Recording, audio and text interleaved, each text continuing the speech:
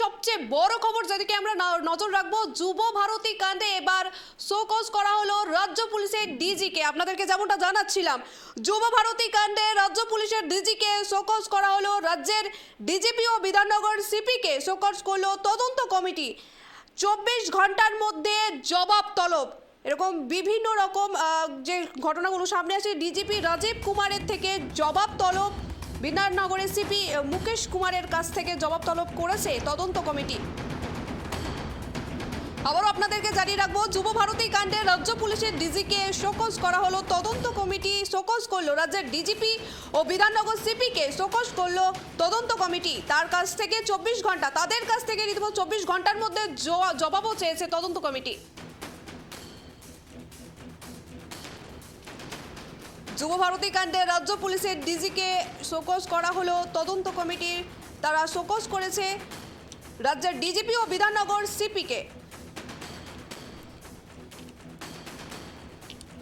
যুব ভারতী কাণ্ডে রাজ্য পুলিশের ডিজিকে শোকজ করা হলো। যুব ভারতী কাণ্ডে যে রকম যে পরিস্থিতি সৃষ্টি হয়েছিল, তারপরে মুখ্যমন্ত্রী মমতা বন্দ্যোপাধ্যায়ের তরফে একটি তদন্ত কমিটির গঠন করা হয়েছিল এবং সেই তদন্ত কমিটি এবার বলা যেতে পারে যে রাজ্যের ডিজিপি কে শোকজ করলো এবং তার সঙ্গে বিধাননগর সিপিকেও শোকজ করলো তদন্ত কমিটি। 24 ঘন্টার মধ্যে জবাব তলব করেছে। 24 ঘন্টার মধ্যে জবাব দেওয়ার জন্য তাদেরকে ডাকা হয়েছে। জবাব তলব বিধাননগর সিপি মুকেশ কুমারের কাছ থেকে। আমরা দেখেছি যুব ভারতী কাণ্ডে কি বিশৃঙ্খল পরিস্থিতির সৃষ্টি হয়েছিল।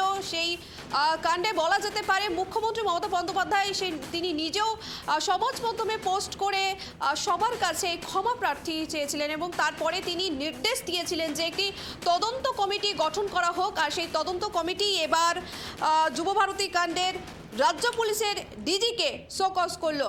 এ বিষয়ে আমরা আরও বিস্তারিত জানবো। আমাদের সঙ্গে ফোন কলে রয়েছে দেবযানী। দেবযানী, ঠিক কি কারণে শোকজ করা হলো, কি আপডেট আছে? দেখো, যুব ভারতী ক্রীড়াঙ্গনে মেসিকে দেখতে পাওয়া নিয়ে যে বিশৃঙ্খলা তৈরি হয়েছিল শনিবার, আর সেই বিশৃঙ্খলার ঘটনায় আমরা জানি মুখ্যমন্ত্রী মমতা বন্দ্যোপাধ্যায় একটি তদন্ত কমিটি গড়েছিলেন এবং সেই কমিটির প্রাথমিক রিপোর্ট জমা পড়েছে। অবসরপ্রাপ্ত বিচারপতি অসীম কুমার রায় নেতৃত্বাধীন ওই কমিটি মঙ্গলবার রাজ্যের কাছে একটা রিপোর্ট জমা দিয়েছে, যেখানে সেই কমিটি সুপারিশ করেছে যে ঘটনার পূর্ণাঙ্গ তদন্তে সিনিয়র পুলিশ অফিসারদের নেতৃত্বে একটা তদন্তকারী দল গঠন করা হোক এবং সেই সঙ্গে সেদিনের ঘটনায় পুলিশের ভূমিকা নিয়েও কিন্তু প্রশ্ন উঠেছে। সেটাও কিন্তু এই রিপোর্টে বিস্তারিতভাবে সেটা বর্ণনা করা হয়েছে, এমনটাই আমরা সূত্রের খবর জানতে পারছি।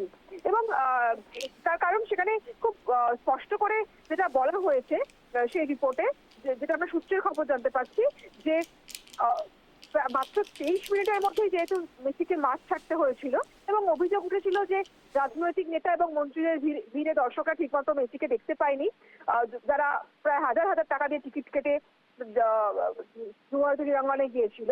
এবং এই ঘটনার পরেই মুখ্যমন্ত্রী মমতা বন্দ্যোপাধ্যায় কিন্তু ক্ষুব্ধ হয় এবং তিনি সেই তদন্ত কমিটি গঠন করার নির্দেশ দিয়েছিলেন। যেটা জানা যাচ্ছে যে পুলিশের ভূমিকা সেদিন যথাযথ ছিল না, এমনটাই কিন্তু রিপোর্টে উঠে এসেছে।